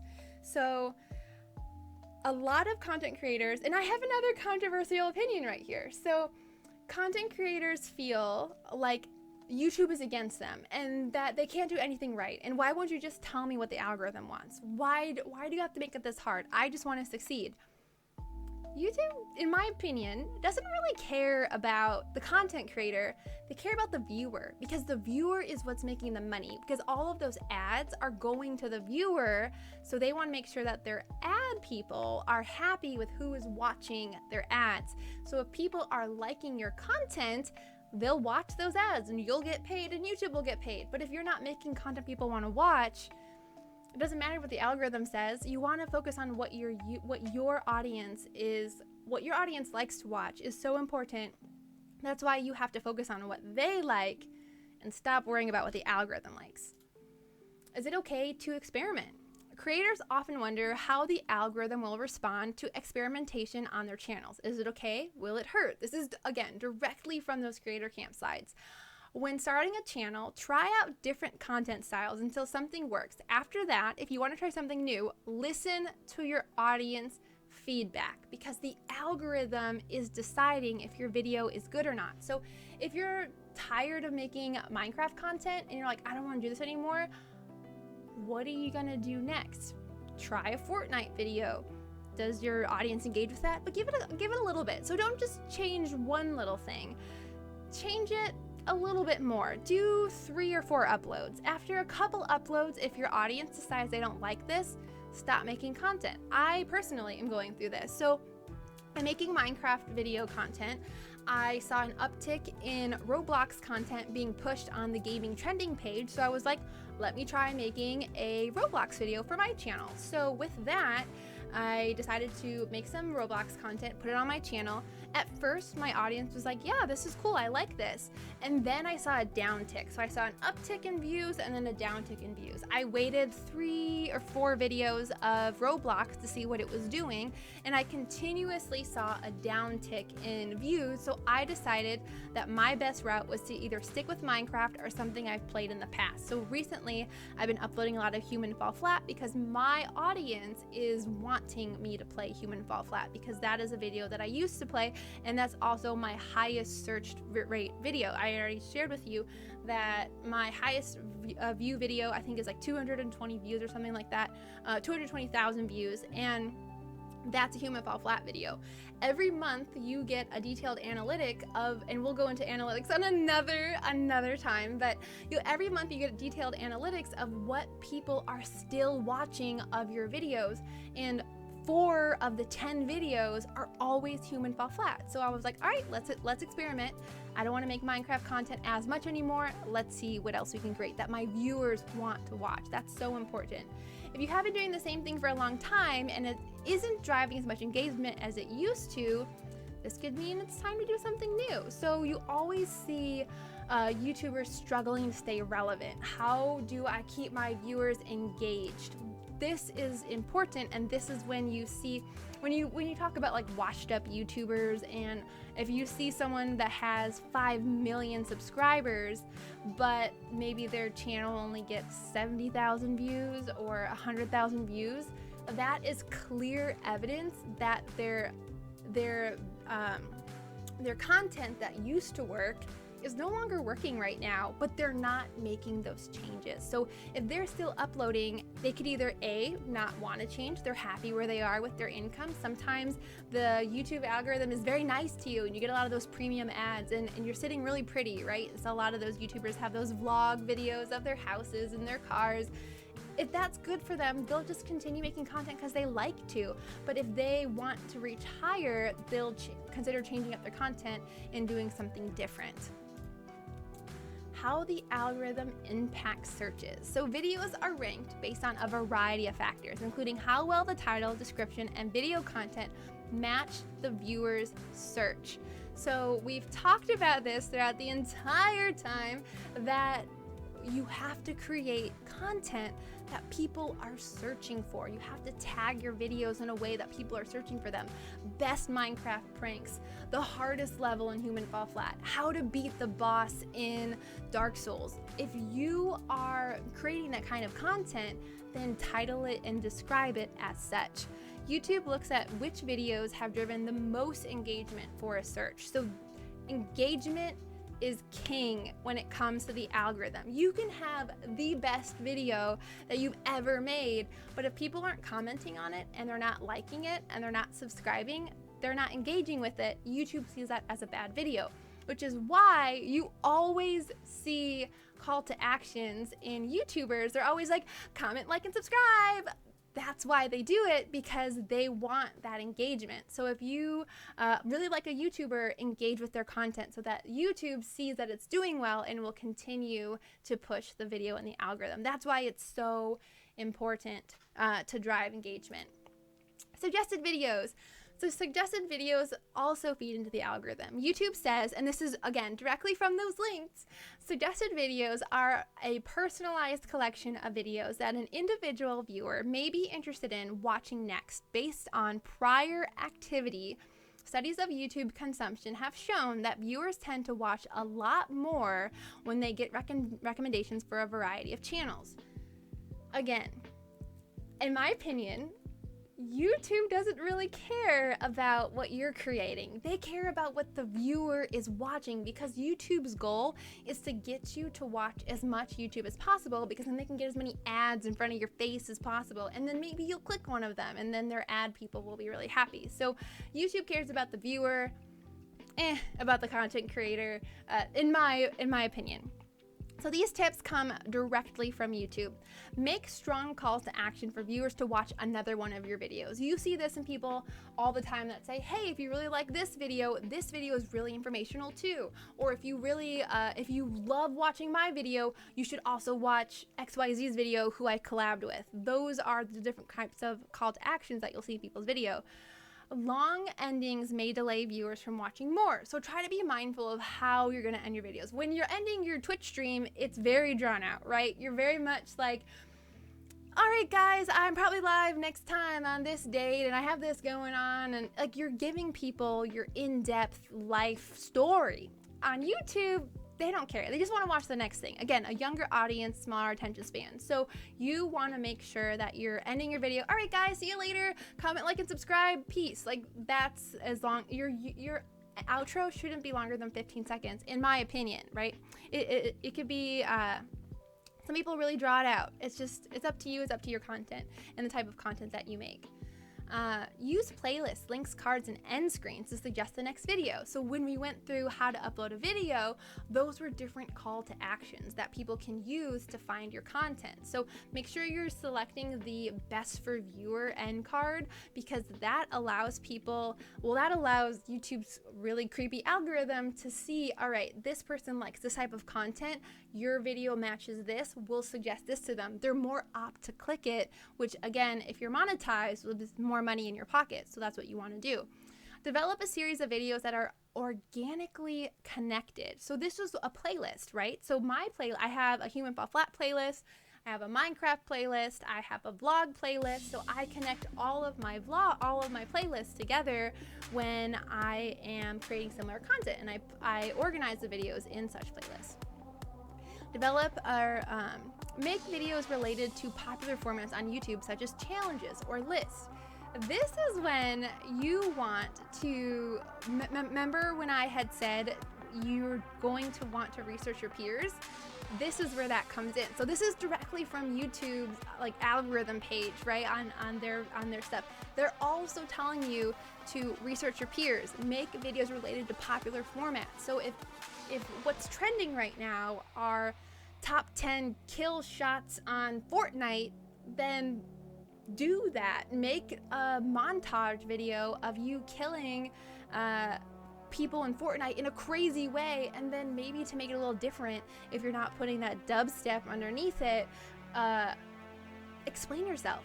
Why were you where you were when you shot them? Teach people something, because people come to YouTube to be entertained or to learn something. So you want to make sure that your videos fall in one of those two categories. We have a question. You watch a lot of gaming YouTube videos about 15 to 30 minutes long. I've heard a lot of those creators say something like not in the first 5 minutes or something. Yes, so something when one of their friends forgets or curses early in the vid, is that it's not a myth. It is 100% a thing. So to get demonetized, because remember when we were going through how to upload a video, I had check marked if I had cursing, if I had inappropriate content, if there was violence. I had checked all those things. There's a theory, which is 100% true, that you can swear if it's not in the first couple of minutes. Some people say 5 minutes, some people say 3 minutes. So you can get, but not like crazy swears, like maybe the S word or other dimmer swears you can get away with without getting hit. But you want it to be advertiser friendly. So if you're not making advertiser friendly content, you're gonna get demonetized.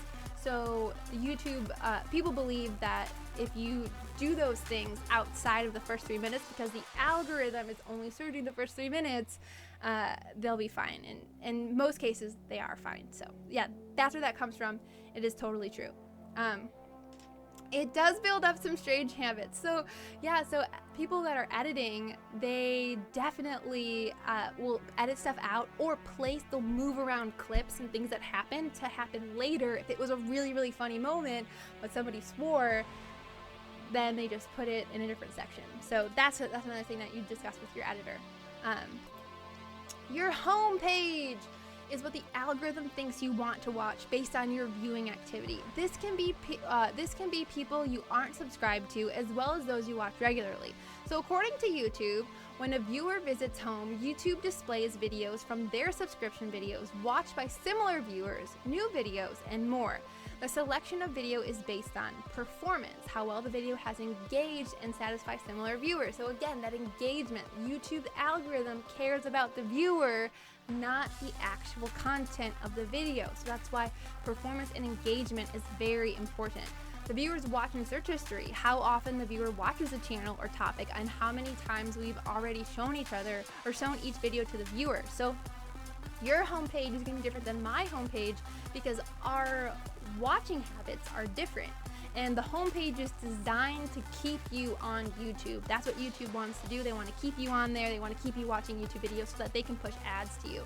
Subscribers watch more from their subscriptions via home than through the subscriptions tab. This is directly from YouTube, so your subscription tab is what's going to be on the left-hand side of your screen, people you're actually subscribed to.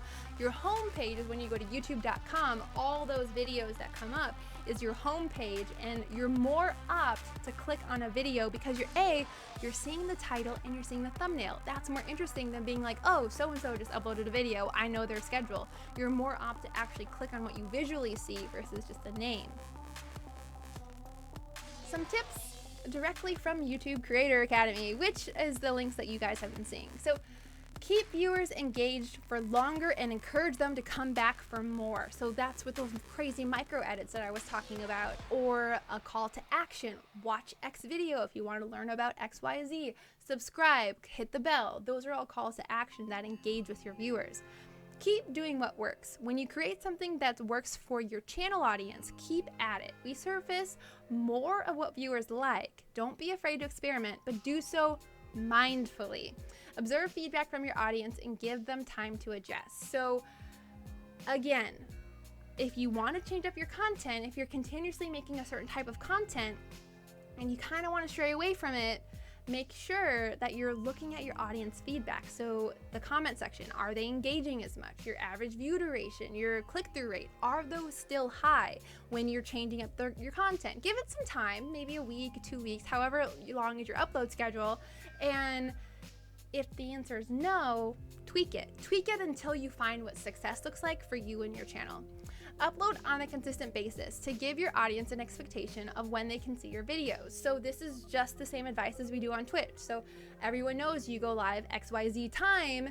Everyone knows that you upload on a certain time. I don't know how many of you guys watch Jenna Marbles, but she still says it. I upload videos every Wednesday/Thursday because she says her upload day is Wednesday, but it's usually Thursday. It's usually Thursday morning. So those are call to actions, letting people know when you upload and keeping it consistent, because then they know to expect a video every single Wednesday. I know I'm gonna get a Jenna Marbles video. So that's why you wanna be consistent. I think we're on the last slide, or maybe the last 2 slides. We're almost done. I'm so sorry. I know I'm over my time. I told you I had a lot to say about this. So tips and tricks I've learned about the algorithm. So this is stuff that I've learned through my time on YouTube. Try to include as many matching keywords in your description and tags as possible. So remember when we did the uploaded video and I showed you how I made my organic description have words from my tags and from my title? You definitely want to do that so that the algorithm sees that it's all cohesive and will push out the video. When you're just starting out, always, and I mean always, reply on every single comment you get on your videos, at least in the beginning. As you become a bigger influencer, you can do this for the first hour or so that it's uploaded. And the reason why I say this is because, as we've learned, the algorithm favors engagement. They want to know that viewers and people are engaging with your video so they see that it's a good video. If it doesn't see that it doesn't see you replying back to someone. So I've tested this out. If I get 25 comments on a YouTube video, for example, or 50 or however many comments, and I reply back to everybody, YouTube sees that as 100 comments, not 25 or 50 comments. They see it as 50 or 100 comments. So to them, that's more engagement. That's why you want to reply to every single comment, because you're boosting your own engagement, which is really, really important to do, because YouTube will see that you are engaging back with your fans, and when you engage back, there's a high rate that they'll reply back. So see how there's that give and take to get more engagement, because that's what YouTube wants. They want people to come back to the platform. So if you reply back, they'll know you replied back and they'll come back to YouTube, reply, and then watch more YouTube videos. That's important. Some more tips and tricks I've learned about the algorithm. The algorithm gets confused when you go variety. So we talked a lot about today about niching your content, right? So the algorithm doesn't know who to recommend your videos, because the people who are watching Minecraft videos are not the same people who are watching first-person shooter videos. So if your Minecraft video gets promoted to the first-person shooter crowd, your average view duration and CTR, which is your click-through rate, will go down. YouTube will think it's a bad video and stop recommending it. So like I said, the people that are watching these two different videos, they're not always the same person. So you could have done a very similar thumbnail style. Your titling could be very similar, but it's just not content that those different types of people want to engage with. So you really want to make sure you're doing what your audience wants to do. And if you want to tweak it, as someone has said, tweak it a little bit at a time, see what works, and then if it's working, keep doing it. If it's not, dial it back. Figure out what your audience wants, especially if you're trying to change up what you're doing. It's very difficult once you get niched into a category to change, because you're going to have all those subscribers that come to you because of that one niche, and then now you have to get them to like the other content. Do not forget to look at what your peers in the space are doing. If there's a trend, hop on it. Trust me, this is how you are going to soar through YouTube. Minecraft butt videos were trending for a few months, and by using Minecraft butt and other similar tags, if you made a Minecraft butt video, remember, YouTube doesn't like clickbait. So if you made a Minecraft butt video, you're definitely going to want to use those tags in your video. You're going to get a boost in viewership, because the YouTube would recommend your Minecraft butt video as well as other people's Minecraft butt videos. So keep that in mind. So what I mean by following a trend is looking at the trending page on YouTube. You're going to want to make sure that when you click, you're seeing what people are doing. And if that doesn't correlate to the kind of content you make, how can you make the theme of that video correlate? So maybe, for example, maybe Minecraft pranks are trending on YouTube, but you don't make Minecraft videos and you don't really make prank videos. But how can you do that? So maybe you make human fall flat videos, right? Maybe you push your friend off the map a couple of times, and maybe your friend is falling and you're like, hey, catch me, and then you don't catch him, right? And then you can title your video, I prank my friend in human fall flat. So those are ways that you can take what's trending and make it apply to different types of content. So you want to keep that in mind. We're done. Are there any questions about the algorithm or anything we talked about today on YouTube? I know I went over my time, but I had all this information I wanted to share with you. Do you guys have any questions? Can you do audience polls on YouTube? You can do polls, but I think I actually recently, let me see if I can see it. I think I recently just saw that they're going to be taking away polls on YouTube. So you used to be able to do it. I think they're going to slowly phase it out of the accounts, so they won't have it as much. But there is something called community posts, which I didn't really dive into because it's not as common. So I definitely want to do another in-depth deep dive of YouTube, and we'll go over community posts there. But community posts is a way that you could do polls if you want to do polls on YouTube. Should the energy levels change between live streams and regular uploads on YouTube? Yes. So Captain, what you want to make sure that you're doing on your live streams, if your live streams are only going to be like an hour or 2 hours and you can maintain that high level of energy, and for those of you that weren't here, what we were talking about is streaming is the long game, right? So you're maintaining this level of energy for however many hours you're going to be streaming for. Most people stream for at minimum 3 to 4 hours and at most 8 to 12 hours. So you're trying to maintain that energy for that long. That's streaming. For YouTube, I record YouTube videos for 30 minutes to an hour, and again, my energy is like, hey guys, MacNcheesePlz here, and today we're playing Minecraft. Like, it's very different energy levels, and you're trying to keep that energy for the entire length of the video. So depending on how long you choose to live stream for, if you live stream on YouTube and it's a short stream, fine. I don't think people will think that you're disingenuous if you aren't as energetic, but try to maintain somewhere a happy medium, right? Because everyone knows that I'm not that energetic of a person IRL, but on YouTube everybody's energetic like that. Another question, what are your thoughts on ways to handle bulk uploading, like a series of videos that is 20 plus vids long? What might be the best way to approach this or schedule this? Yeah, so there are a ton of scheduling features that you can do on YouTube, and I believe you even can, I've not tested this out, but I think I saw this feature today that you can actually bulk upload, I think, I might be wrong on this, up to 5 videos. So you can schedule them out, because YouTube's some people have been a little afraid of the scheduling feature on YouTube. I have never had an issue with scheduling videos on YouTube. They always post the date and the time that I set it at. So you can go ahead and bulk upload everything that you want and then schedule it for the time, and then it will go live when you set it to go live. I hope that answers your question. And something else I would do is also set your playlist. So you want to make a playlist, and you want to maybe have your end card be one of the playlists that show up, because there's different selections on what you can have as a choice. I would definitely have your playlist show up there, and I would also put the playlist in your description, and I would also tag the name of the playlist as well, so that way it gets searched, it has a higher search result as well. Someone else asked, do you have the membership system worth pursuing even if you're only uploading? Honestly, I would do it. If you're just uploading and you're not offering your subscribers anything else, still have the membership the membership option available, because if there is someone, so an example, when I tell my parents about Twitch streaming and they ask me, why do you Twitch stream? I don't understand. People just watch, like, people watch you and they give you money. I don't understand, like, they don't get it, right?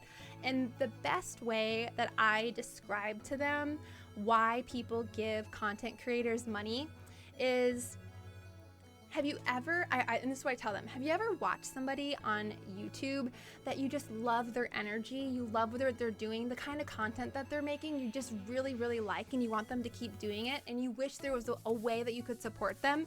They usually go, yeah, and I'm like, that's what subscribing is, or in this case, that's what members are. So if someone is really enjoying your content, giving them the option to give you some extra money is awesome. And something I didn't go into this time, but we can go into another time.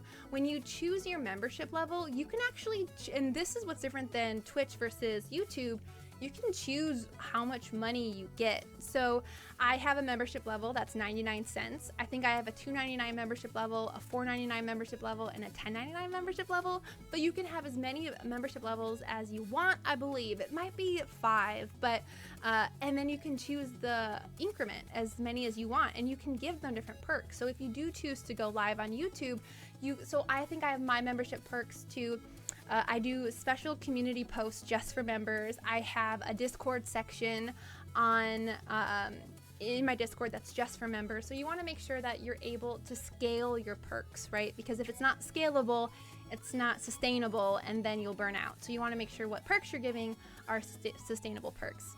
And then another question, do you allow tools like TubeBuddy access to? Yes, I do.